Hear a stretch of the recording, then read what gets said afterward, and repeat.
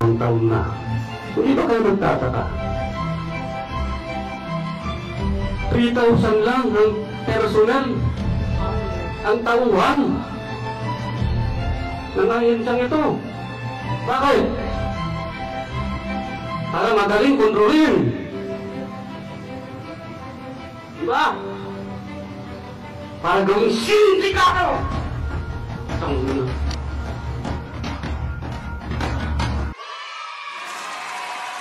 Ayan, isang magandang araw sa atin lahat mga kababayan, mga kasulid. Maligayang pagbabalik sa ating channel. Eto na mga kababayan, sa wakas, ibinulgar na po ang laman ng USB.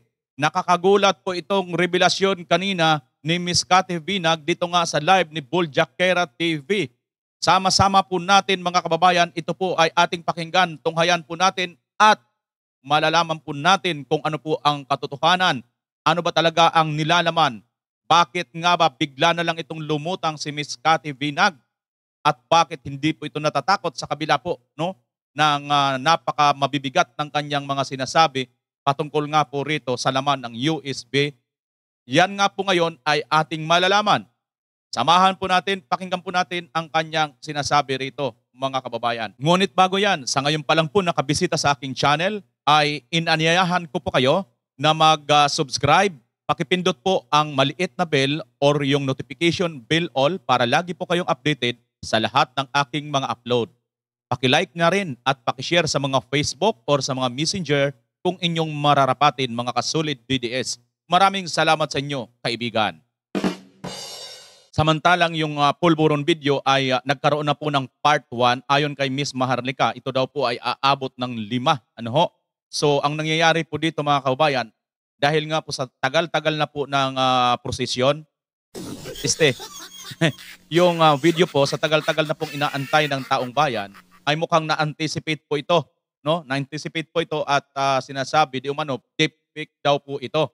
So ngayon, ito po kayang USB ni Miss Cathy Vinag, ano po kaya ang magiging depensa nila rito? Bagamat nung nauna pong lumutang itong si Miss Cathy Vinag ay nagulantang po ang lahat.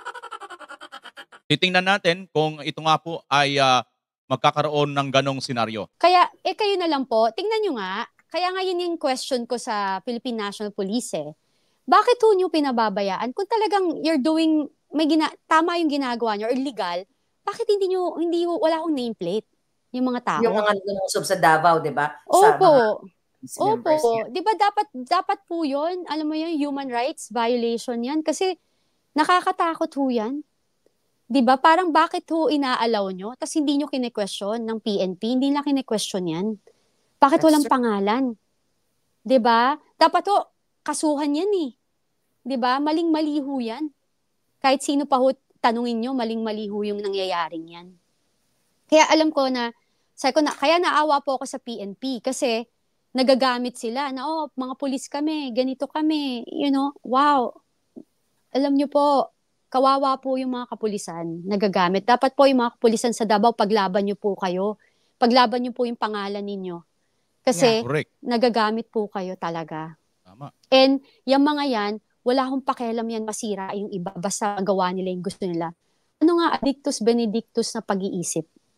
Yung parang makuha lang yung gusto nila. They don't care. Miss Cathy, sa revelasyon mo, actually nakakapanghina bilang isang Pilipino. Akala ko, yung pinaka-worst na mga nakarating sa akin information, actually worst yun na si Lisa Marcos ay kaparte ng kidnapping sa Turkey. Doon sa 2 minor de edad na bata. Naman yan, sabuat sa smuggling, kasabwat sa, pulburon, nandyan, manufacturing and everything. And now, hindi lang pala sila. Andyan yung passport chief, andyan yung staff. So masasabi mo ba na ang Malacanang lang, ang Office of the President, we're talking about the Office of the President, ay pinamumugaran ng mga pulboronic or addictus benedictus? Opo. Karamihan po. Sabi mo, may mga friends ka na nag-charity ka sa ating mga mababait na kapulisan at mga AFP. For sure, naririnig na tayo ngayon. Opo. Na-reveal mo na Duterte started the revelation during the campaign ng isang kandidato. Then, there's Nick Kiko Setting, there's Agent Morales, di ba? Then there's a video, and now there's an eyewitness. So, ano yung message na gusto mong muli iparating dito sa, like sa PSG? Like sa libo-libong mga tagapagtanggol daw ng bayan o tagaprotekta ng bayan, na ikaw, kababaeng tao, wala namang armas, alindog lang, pero matapang. Matapang na inilalahad itong gobyerno na pinamumugaran o pinamumunuan ng mga gumagamit ng illegal na pulburon na kung saan... Na-excite ako mga kababayan, Ito silang dalawa, Maharlika at Binag, at saka si J.M. Morales, at saka si dating Senadora Nikki Cositing, Isama dyan sa pagpapatawag, at dyan na rin ilabas ngayon yung hawak nilang mga ebidensya. Kay J.M. Morales, lahat, kung ano po man ang nakita niya, na hawak niya, ilabas niya rin. Ganun din kay Miss Maharlika, yung 4 pa na video na sinasabi niya, di umano. Ito rin kay Miss Binag, yung USB, Diyan mismo ibulatlat sa Senado. Naku po, ano kayang senaryo magaganap mga kababayan? Nahuhulaan niyo ba? Or nai-imagine niyo na ba? Tuloy muna natin si Miss Maharlika, si Miss Cathy Binag, bago niyo imagine yan. Tuloy. Paano nga naman mahuhuli ang mga manufacturer ng mga pulburon na ito o iba't ibang klaseng illegal na pulburon kung mismo sila ay protector? Ano yung, kung makakaharap mo ito mga police, mga taong simbahan, mga religious group, ano yung gusto mong sabihin heart to heart sa kanila? Alam niyo po, una, hindi ko sila aawayin. Makikiusap ako. Ayan na naman, naiyak na naman ako. Ano ba to? Alam mo yon, makikiusap ako. Kasi, yung pakiusap is parang, hindi na for me.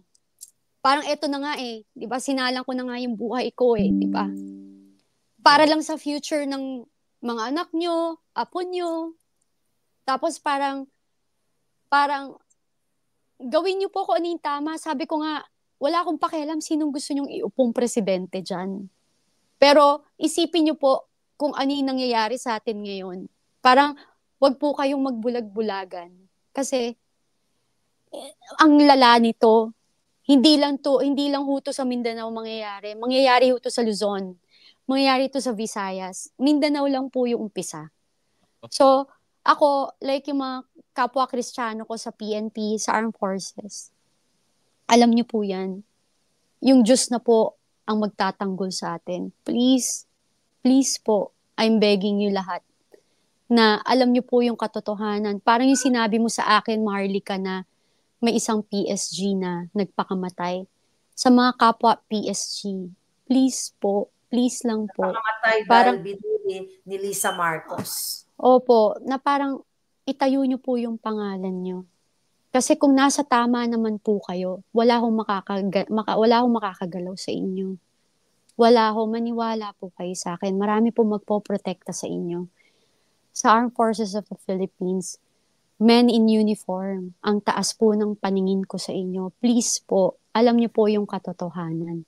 Kung yun sa tingin nyo, yung mga leader nyo ngayon, nag-head po ng Armed Forces, yung nag-head ng PNP, hindi po karapat-dapat. Kayo po mismo, kaya nyo ho yan panindigan. Kasi, dapat, di ba, you protect the people. Look at me. I'm only a single person na mommy, di ba, na isang ina, na ordinary person. Di ba, I'm fighting for the people. Please fight for our people.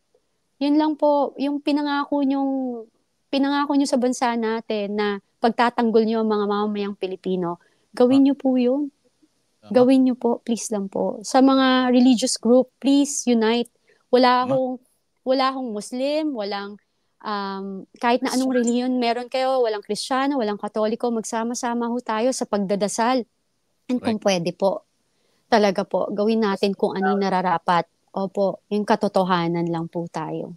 Yun lang po ang pakiusap ko sa inyong lahat.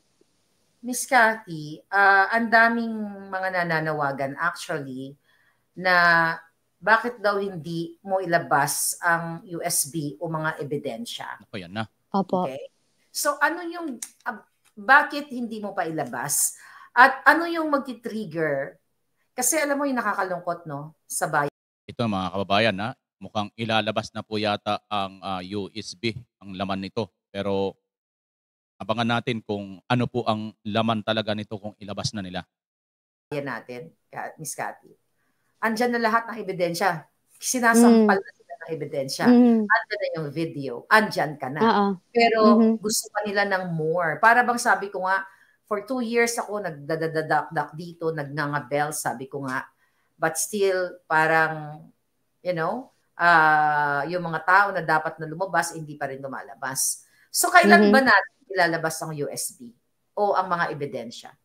Actually, yung USB kasi, that's the only thing that will protect me. Diba sabi? Teka, yung pala ang ibig sabihin nyo. Yung USB na yan ang nagpo-protect mismo kay Miss Cathy Vinag. Mukhang lumalalim kabayan. Panoorin pa natin.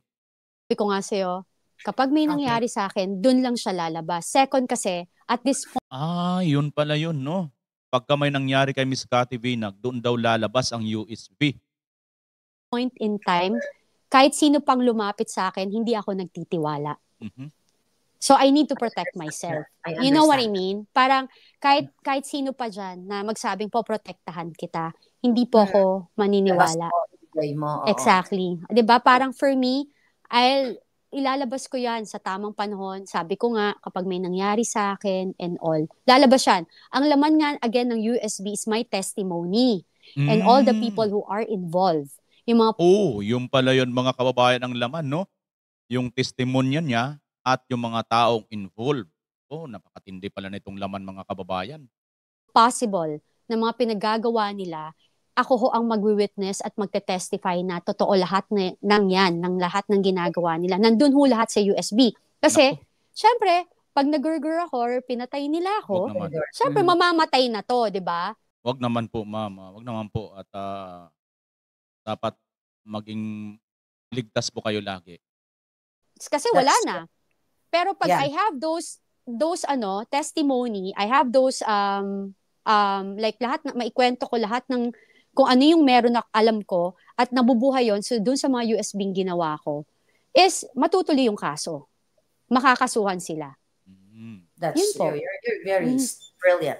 So, hindi ka takot na itanan ka ng kaso or doon pala yun mga kababayan. Yun pala ang kanyang reason kung bakit hindi agad-agad basta inilulutang or inilalabas ang laman ng USB. Pero bagamat ganun, sinabi niya na ang laman nito ay yung kanyang testimony at kung sino yung mga involved na mga tao doon. At siya nga po ang magwi-witness nito. Matindi po ito mga kababayan. Kasuhan ka ng gobyernong bangag na ito o ng mga taong involved na pag-usapan alam niyo po, alam ko naman pwede nilang gawin nung paglabas ko pa lang dito. Alam ko po pwede nilang gawin. So sabi ko nga sa inyo, handa po akong humarap. Kasi kahit na balik-balik ta rin nila, i-twist man nila yung story, pasamain man nila ako, i-demoralize nila ako, character assassinate nila ako, my truth is my truth. My story is my story. Nobody can change it rather than me. But I cannot change it because it happened to me. 'Di ba? Experience ko po 'yan personal eh. Na-witness ko po kasi talaga eh. Yeah. So, ako kasi bilang supporter ng mga Marcos, naging supporter. Sabi ko, pag sila ay namuno, ay hindi na sila magnanakaw kasi marami na silang pera. Although, yung ibang mga pera nila na galing sa kaban ng bayan ay naka-frozen yan o baka yung iba na kuha na rin nila.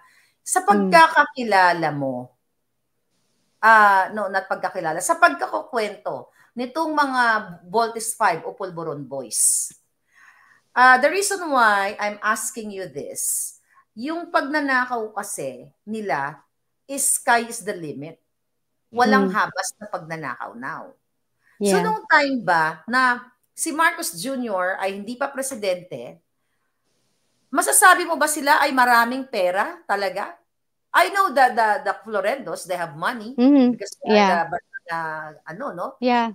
Hindi nila, So, masasabi mo ba, based sa mga kwento siyempre 10 years kayo magkausap, marami kang nakakasalamuhang tao, particular ng iyong partner. Masasabi mo ba na itong Araneta Mars, itong mag-asawa, we're talking about the mag-asawa lang, na marami silang pera during the time? Ako hindi ko masabi. Hindi ko masabi talaga kung ano yung status ng finances nila, to be honest. So, pero ako sure ako na, kaya ang sinasabi ko dito, it's not the president who's leading the country. Mhm. Kasi nga, may stigma po siya. Ayaw niya nan. So, parang hinahayaan niya ibang taong mag-lead. So, pagtatanungin niyo ako kung sa tingin ko, yung mga nakapaligid sa kanya, mga Polvoronic Addictus, Benedictus, sa paligid niya, well, hindi naman lahat ng negosyanteng mayaman is ganid. Okay? So, sinabi ko nga, meron nga user lang pero mabait naman. Tumutulong lang. Yung maybe, 'di ba? Pero yung iba, talaga, yung business nila is yung may personal interest sila. 'Di ba? Yung parang negosyo. Kaya nga, 'di ba, si Attorney Harry Roque, hindi naman talaga siya ang king and queen of Pogo. Alam mo si Lisa at si Marcos Jr. ang king and queen of Pogo. Sabi ko nga, may picture tayong hawak dyan. Thank you for bringing this out. Yeah. Yung picture na yon na nandoon nga si Lisa at saka si Bangag Jr. na kung saan nandoon yung Pogo, mga Pogo operators. But anyway, going back doon sa tanong ko sa'yo na kung alam mo ba, financially okay sila. Kasi talagang walang habas yung pagnanakaw eh. Si Lisa, ayon sa aking puting ahas, na kumukolekta kay Addictus Benedictus Altenco ng 150 million kada linggo. At ang mga inuutusan ay mga PSG. So, name it. Sabi ko nga, halos lahat, PAGCOR, DA, smuggling, computer customs, halos lahat wala silang kapaguran magnakaw. Kaya kita tinanong. Kasi, yung ex-partner mo, based on your statement, na hindi siya corrupt. Kasi they have everything. Mayaman na sila. Diba? Siya. Siya. So, sa mga Marcos, hindi ka makapagsalita kasi wala kang idea, no? Yes. Sabi ko nga, go ahead. Sabi ko nga sa'yo, di ba? Again, sasabihin ko sa'yo kung ano yung nakita ko. Kaya nga, di ba, pwede nga akong gumawa ng story eh. Di ba? Pero, right. As you can see, hindi ako nagdadagdag ng kwento. Yeah. Di ba, Miss Cathy ako yung as a regular, ordinary person, when you go out, may mga friends, di ba? Let's say, dinner, something, may maglalabas, may magbabayad ng bill, ganyan-ganyan. So, yung mga labas nyo ba sa mga restaurants, may mga pagkakataon kasama yung Baltis 5 o the Polvoronic. Yun ba yung mga rich people na katulad nila? Paano ba yan? May matatandaan mo ba kung sino yung nagbabayad sa restaurant? Sino nagbabayad ng bill pagdating sa bar? May mga ganun, di ba? Or parang charge to the house na? May mga ganun. Hindi po. Yung sa akin, dalawa lang yung very generous. Si Tony Boy tsaka si Inigo.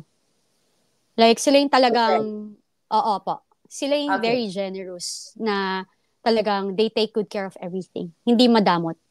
Nililibre si nila. Marcos Jr. hindi mo nakita na dumukot para magbayad ng bill? No wonder, sugap ka.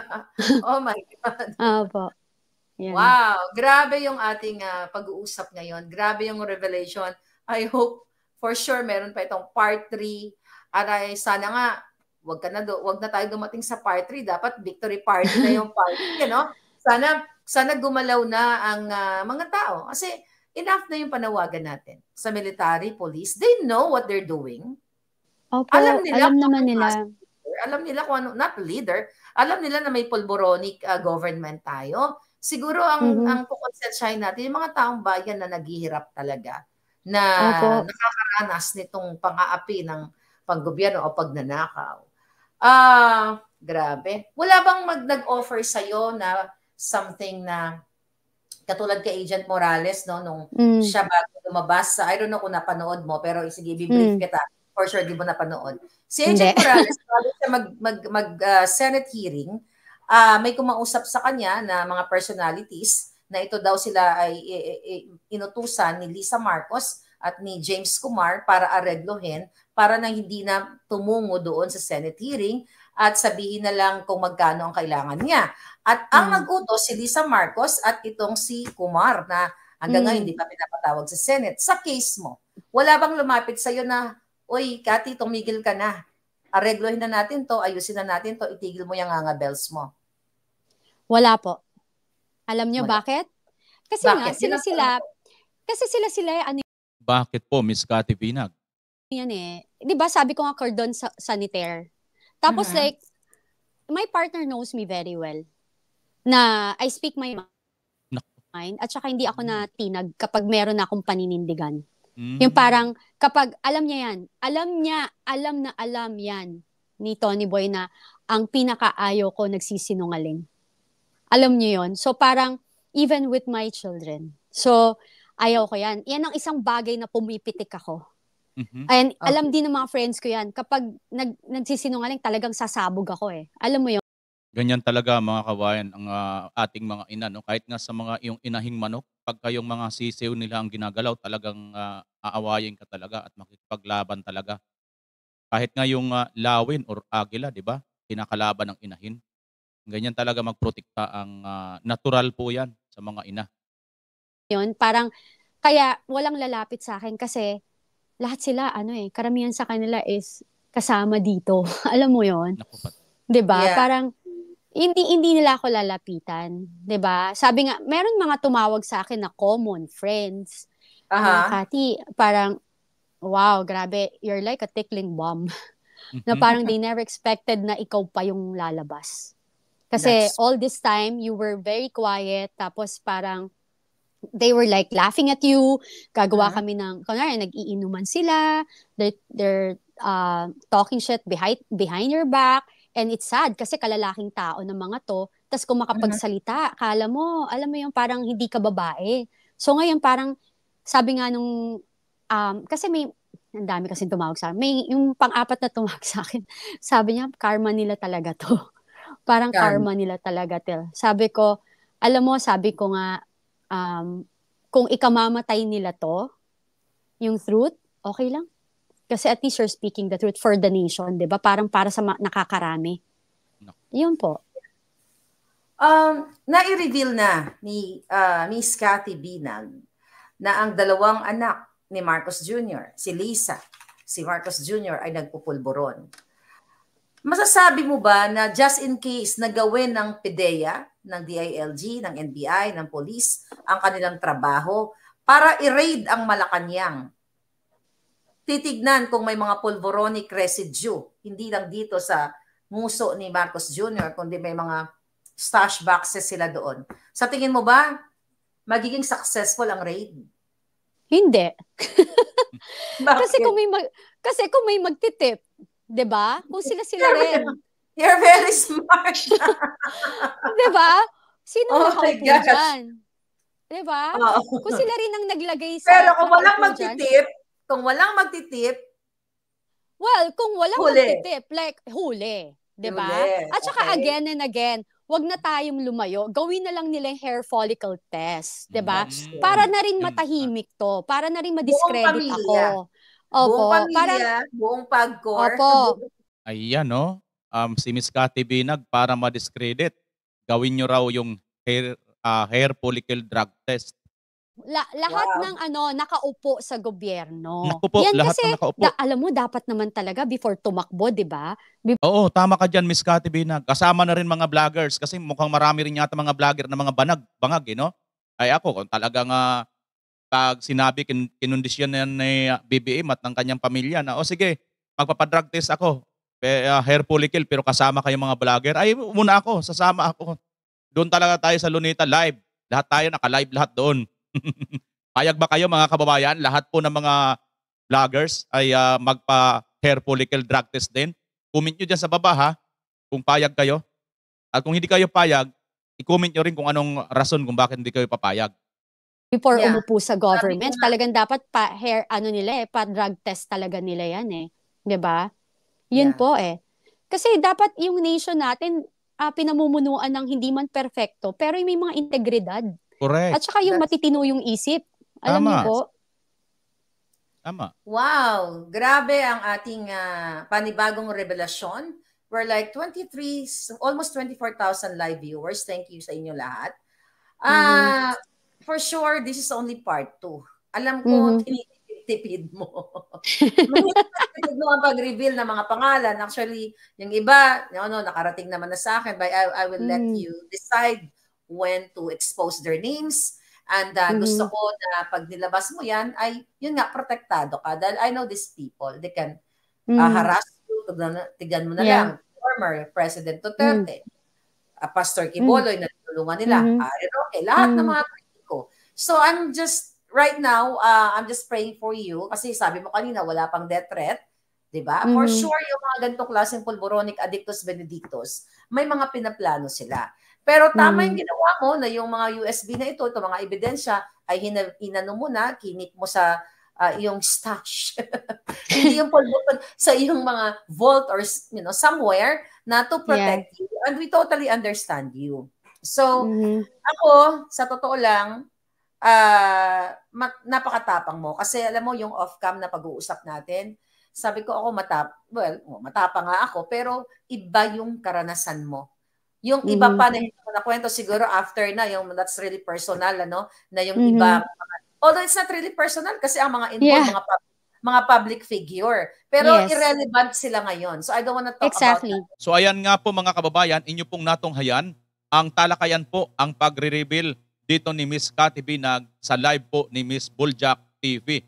Ayan na po, kung ano po ang dahilan, bakit ganito katapang si Miss Cathy, yun pala ang ibig sabihin noon dahil isa po siyang ina na talagang handang lumaban. Hindi lang po para sa kanyang pamilya, kundi para sa bayan. At nananawagan na po siya rito mga kababayan na dapat po must go out po tayo at sa mga kinakaukulan pa po riyan. Mga kababayan, ano man po ang inyong masasabi dito sa bidyong ito, ay pakicomment nyo po dyan sa baba. Maliwanag po dito, ito na po ang siguro, matibay na magiging witness kung sakasakali man magkaroon po ng patawag muli si Senator Bato dyan nga po sa Senado. Ang sarap siguro pakinggan, panoorin kung sabay-sabay sila. Buljak TV, Miss Cathy Binag, J.M. Morales, at Miss Nikki Cositing, dating senadora. Senator Bato, ikaw na ang bahala rito kung ano mong magiging development dito. Sana nga mabigyan ito ng chance si Miss Cathy Binag dahil mabigat po ang kanyang mga binibitawan dito. So ayan nga po mga kababayan, ito na po ang ating pangalawang interview kay Cathy Binag ni Miss Maharlika. So aabangan natin, mukhang inuutay-utay, inuunti-unti. Tingnan natin kung anong magiging susunod. Ayan, maraming salamat po sa inyong pagsama sa akin ngayon at sana tayo ay magkita-kitang muli sa susunod na pagkakataon kung luluobin ng Panginoon. This is Bimar Channel, pansamantala, magpapaalam. Sa darating na 2025, kung galit ka sa droga, magpantag ka. At syempre, Pilipinas, as always. Maraming salamat, mga kasulid DDS. Bye-bye!